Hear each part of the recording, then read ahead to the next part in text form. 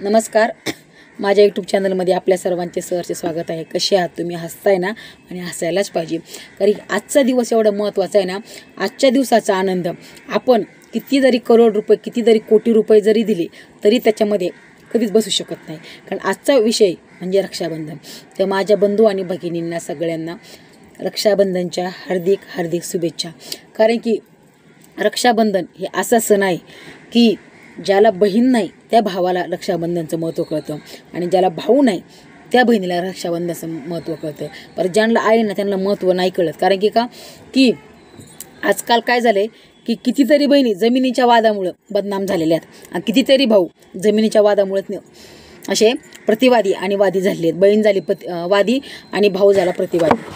तर ह्या गोष्टीमुळं काय होते की एक बहीण चुकली म्हणजे सगळ्या बहिणी चुकीच्या नाहीत, आणि एक भाऊ चुकला म्हणजे सगळेच भाऊ चुकीचे नसतात. कारण की एक आपल्या मराठीमध्ये म्हणे बघा की गव्हासंग किडे पण रगडले जातात. काय?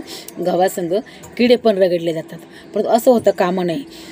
म्हणजे एका बहिणीमुळे जर सगळ्या बहिणींचं नाव बदनाम करत असताना, किंवा एका भावामुळे सगळ्या भावाचं नाव बदनाम करत असताना, जगामध्ये असे पण भाऊ आहेत काय ते वडिलांचं कर्तव्य निभावतात. असे तरी कित्येक भाऊ आहेत की वडिलांचं कर्तव्य स्वतः निभावतात. मग त्यांचं का बरं विषय काढत नाही आपण?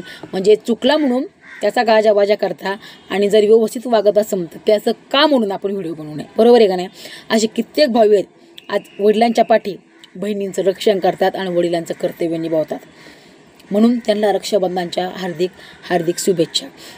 तुम्हाला सांगू का, अशा कितीतरी बहिणी आहेत आज की फक्त आपल्या माहेरची इज्जत आणि आपल्या वडिलांचं नाव आणि भावाचं नाव कायम राहावं म्हणून सासरी दाडून दडपून राहतात.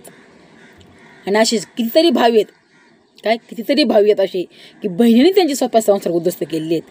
म्हणजे याच्यामध्ये चुकी बरोबर हे मला म्हणायचं नाही आहे, परंतु पाचही बोटं कधी सारखे असतात का? नाही. म्हणून अशा कितीतरी भावांना आपण कधीच नाव ठेवू नका, कितीतरी बहिणींना असे नाव ठेवू नका की त्यांचं नातं एकदम पवित्र आणि निस्वार्थी नातं आहे, जे ज्ञानेश्वर महाराज आणि संत मुक्ताई यांचं होतं. तसंच प्रत्येकाचं नातं हे ज्ञानेश्वर महाराज आणि संत मुक्ताईसारखे राहू. कारण की प्रत्येक बहिणीचं रक्षण गुपितपणे का होईना तर भाऊ हाच करत असतो. बरोबर आहे का नाही? आता कितीतरी महिलांनी काय केले की जमिनीच्या वादामुळं गुरुमामा केला आहे.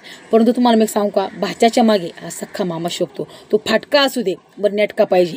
कारण की गुरुमामा किती करा, गुरु बहीण किती करा, पण रक्ताचं नातं ईश्वराने उगीच पैदा नाही केलेले. ईश्वराने जर रक्ताची नातेच नसे पैदा करायची तर कशाला ही नाती सगळी केली असती. बरोबर आहे की नाही?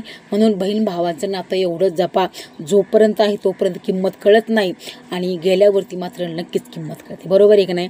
म्हणून रक्षाबंधनच्या सगळ्यांना हार्दिक हार्दिक शुभेच्छा.